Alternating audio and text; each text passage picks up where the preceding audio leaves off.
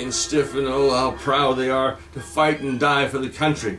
What the hell is a military guy fighting and dying for in Afghanistan, if not to support the increase in heroin that leaves their country to go to this country, to go in the arms and screw up the minds of England's youth. You said something interesting last night which I thought was brilliant, and I mean, we traditionally think of these people wearing this, you know, the poppy. You've probably seen it since you've been over here. Yeah. Everybody on TV, especially the BBC, everybody, it almost has to wear one. Now, so they wear a poppy, and we're told it's because after everyone died on the battlefields of France during the First World War, apparently poppies grew afterwards. You know, whether they did or not, I don't know. There may be fields of poppies there beforehand. Yeah. Go ahead. But you said something interesting when I came to see your talk the other day. You were saying that the poppy actually represents opium. Yes. It's the opium poppy. Yeah. And the British forces are being sent out to protect the opium poppy. Oh, they don't want independent trafficking. They want control from the CIA and the CFR. And you think, well, what are these big organizations in the United States who control our political agenda forcing a war in Afghanistan? Well, if I can just go back a bit, because in this country there are historians who say that the royal family, because supposedly the royal family made their money off tea in China. They were importing tea from China, and that's how they made their money. But a lot of people say it's actually they were importing opium. And this was, you know, years and years ago in the past. The British, Dutch. They made the money. The royal families made their money from the opium trade. Right. And that's historically. So, in other words, all the wars really that have come up have really been about control, not just of opium, of other things too. But what you're saying is that the opium traffic is, and the cocaine in the United States, it isn't done for the money. It's done for the control. You have to, if you're going to control the people, if you're going to enslave the people, you have to control the people. And what the government gives, it must first take away. What it takes away, it must take away with force, a threat of force. That they have to threaten you with jail. They have to threaten to beat you, kill you, or incarcerate you, to get you to pay, to squeeze every single drop of blood. They are vampires. They create that fiat money, which isn't worth a nickel. Not a single dime, not any silver, not any gold. They've taken the gold, they've taken the silver, they've even taken the copper out of our money in the States. And here I see the taxation, the rules and by rules, and the British people just sat back and slapped in the face, and they didn't feel it. And I'm thinking they slapped again. They didn't feel it. I think they have to get kneed in the nuts. I say they're alive from the neck down.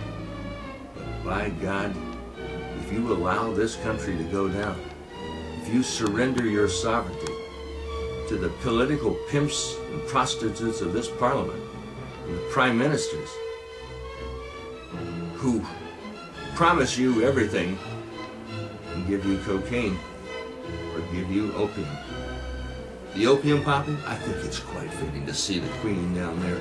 Oh, memorial to our brave men who fought and died. They are not dying and fighting for you. They're dying and fighting to retain the power of the throne of these guys who say, let us surrender the sovereignty, let us join a European Union. A European Union is nothing other than what Hitler envisioned in his book, The World Order. Just think of all of these men who fought and died thinking that they were trying to save the sovereignty and freedom of you and your children. Now, Cameron, Brown, Blair, Heath, all with promises of peace, prosperity. Oh, this is going to be wonderful for you. They don't give you a vote. They just say bend over, pull down your pants. Well, let's just go back to these people in terms of who they are. Now, you're saying that they're Satanists, then? Is that correct? I'm saying it's a Luciferian. I'm saying it's a Luciferian. They believe in the Lord Lucifer. You go down here, out there near, is it, well, I'm trying to think of the name of the town. Doozy?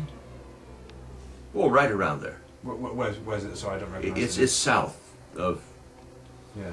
Blackpool. But there is a nice rolling hill, fence, beautiful trees, and lots of sheep. And I'm looking out there, and it's very pleasant, and I see this. You're in Bristol? Bristol? No, still south of Bristol. Jersey?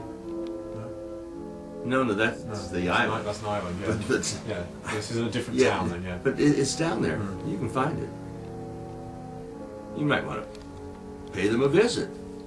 This is the Rothschilds estate you're talking Rothschilds about? estate. Okay, yeah, we'd have to look where that was. I don't know. I hear they open up their home, 2 or 3 or 4 times a year. Maybe if you just went over, knocked on the door, maybe Lord Rothschild would come out. If he's busy during the day, maybe in the evening hours, 11, 12 at night. I don't know. Maybe he's got some free time then. Maybe he'd like to talk to you about the pyramid and the Illuminati Eye. And of course, I don't know whether there's really any guys in black robes going out there for services in the middle of the night. See, the Illuminati has a different god. They have their symbols all around. Go into the city of London. I thought it was interesting what you said about Uncle Sam saying, Uncle Sam, your country needs you, this kind of thing. And that was also, you said it was very similar to Baphomet, the goat god. No, it's not similar. It's the same. It's the same? It's the same. You take the goat of Baphomet, which is the satanic goat. The hairs at the bottom of the chin of the goat of Baphomet match up with the hairs of Uncle Sam. When you see Uncle Sam, I want you to serve the army, that's what they profess to say. I want you to serve Satan. You take the goat of Baphomet, and some of the computer nerds here are going to say, whoa, let's try this. Let's do this one. Yeah, let's work on that, and let's put the goat of Baphomet right over Uncle Sam, and he becomes Satan. It is a satanic goat. They are trying to get the military people, the sheeple, the guys who don't think, they just obey. See, when you go in the military, you no longer think for yourself. Your life isn't yours, it's theirs. There is a military, and if